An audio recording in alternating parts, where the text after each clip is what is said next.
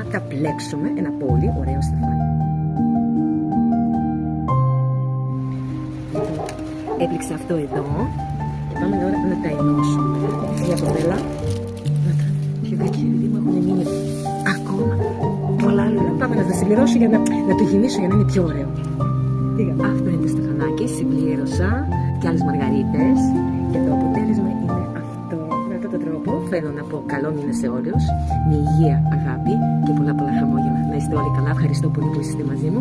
Σας φιλώ. Και ο ήλιος.